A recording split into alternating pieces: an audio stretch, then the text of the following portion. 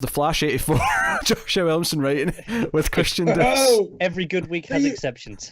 this legit made me angry. Oh dear. Because, okay, just real quick, this is a mirror world, and if Williamson says it's not, he's lying. Well, here's my first problem, right? So, last issue ended, Barry's collar came off, and, Kid Flash, Wallace had to immediately put the collar back on because Barry started vibrating through time, and it was messing things up because the Speed Force is broken. Yeah. Very quickly in this issue, Weather Wizard zaps them, and the collars all come off. And despite the fact that last week it felt like the apocalypse might immediately happen because the Speed Force has been unleashed. A bloody crater at the end of that scene. Yeah. Yep. For some reason, all three of them going haywire on the Speed Force in this issue just amounted to vibrating a bit and being a little bit unstable. And Barry's like, I just need to control it. It's fine. Yes. Yeah. It felt like it waved away. Because last week it made it feel like, no, if you take that collar off, he might destroy the multiverse. Yeah. This week, a bit of vibrating. I'm thinking back on Williamson's Flash, and there's been some really, really big highs. There's been some really, really, really massive lows over the last year or so. Do you want another massive low? Magic bandages. Oh, yeah. Remember what we were talking about earlier about nostalgia? I'm realizing that Williamson's entire thing on this so far has been nostalgia for my Jeff Johns run. My love of the Jeff Johns run. The first arc, the Godspeed stuff, that was all fresh. It was all new stuff. It was, but since then, it's been, Hunter Zolom and Zoom, right? It's been Thawne and how that plays out. It's been the Wally stuff, right? I don't want to say it prayed because that makes it sound dark. I think the Wally stuff, I wouldn't necessarily count as nostalgia because we all care about him and want to see the story continue with him. We do.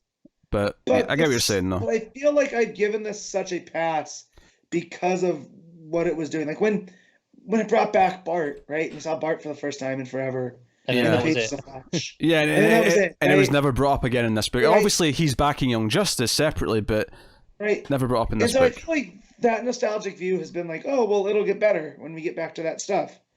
And then we got the Force, stuff, right? The different varying forces.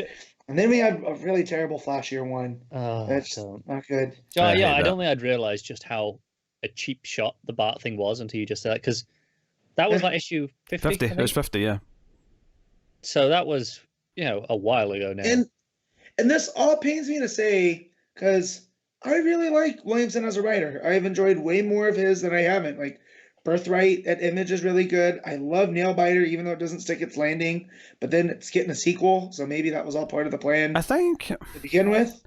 I think I'm genuinely enjoying Batman and Superman way more. Yeah. Right now. Yeah. And I wonder if it's just like dealing with the Flash and speedsters and Speed Force. I wonder if it just takes a certain type of writer, because it's very easy to fall into the trap of just doing wishy-washy things with it as if it's magic, right?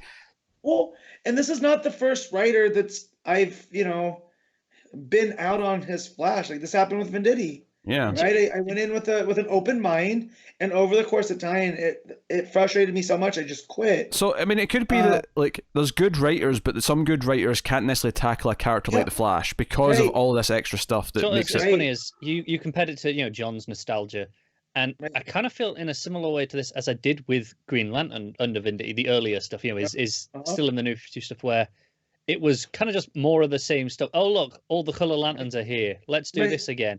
I can't feel that here. Oh, look, Speed Force stuff. Right, but at the same time, Williamson is trying to do new things. I just don't like the new things he's doing, and it's not because they're new. I just think they're very weak concepts. A lot of it is a little bit, And if anyone just. I was going to say, if anyone complains, because we were complaining about the difference between the threat of the Speed Force being unstable last issue and then this one. And obviously, it's true that in comic books, the power levels of certain things and certain characters vary depending on the story, because it's just natural when different writers are tackling different stories. But not only is this a huge, massive difference between the two, it's the same writer and it's one issue to the next issue and the same sequential story. You read this in trade. Times three now.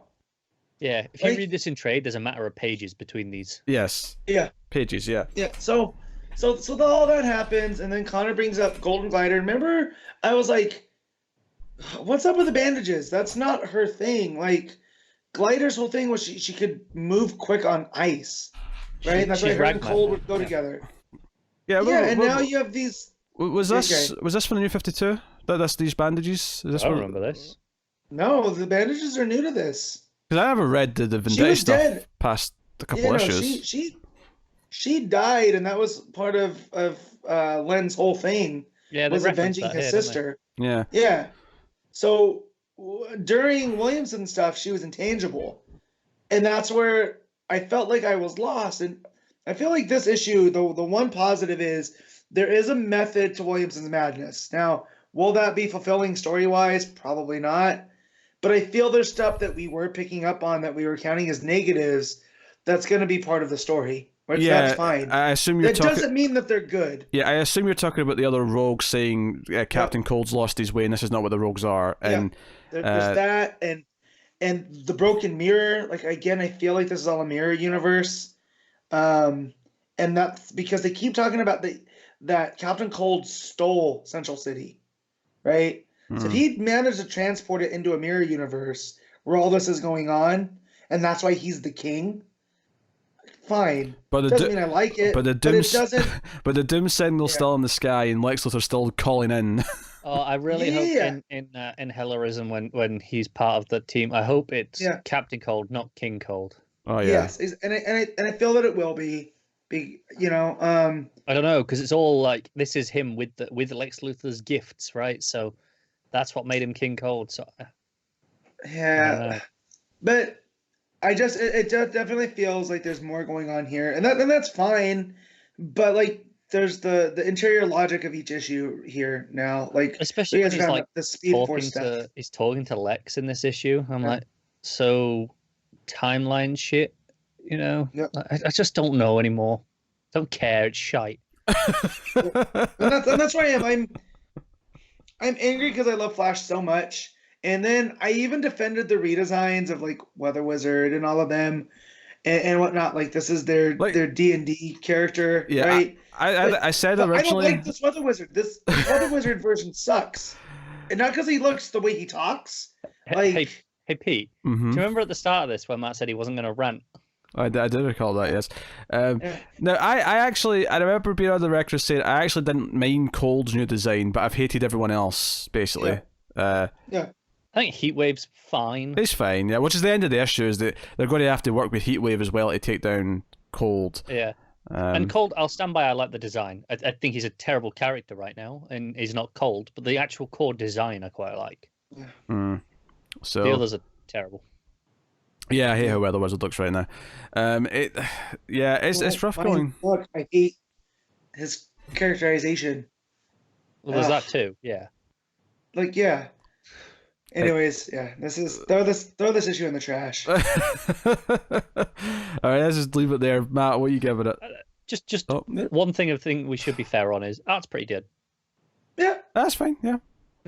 I feel like you don't want to throw. When you're drawing match bandages and turning the Flash family into mummies, I guess that's cool. But yeah, I'm gonna I grade a lot more. I guess you say liberally than you guys. So even when it's real bad, it's still above I'm gonna give this a 4. Well, no, I'm gonna give this a 4 because it did upset me so much. Dear. Connor. Yeah, 3.5. Yeah, I'm going to concur with the 4, I think.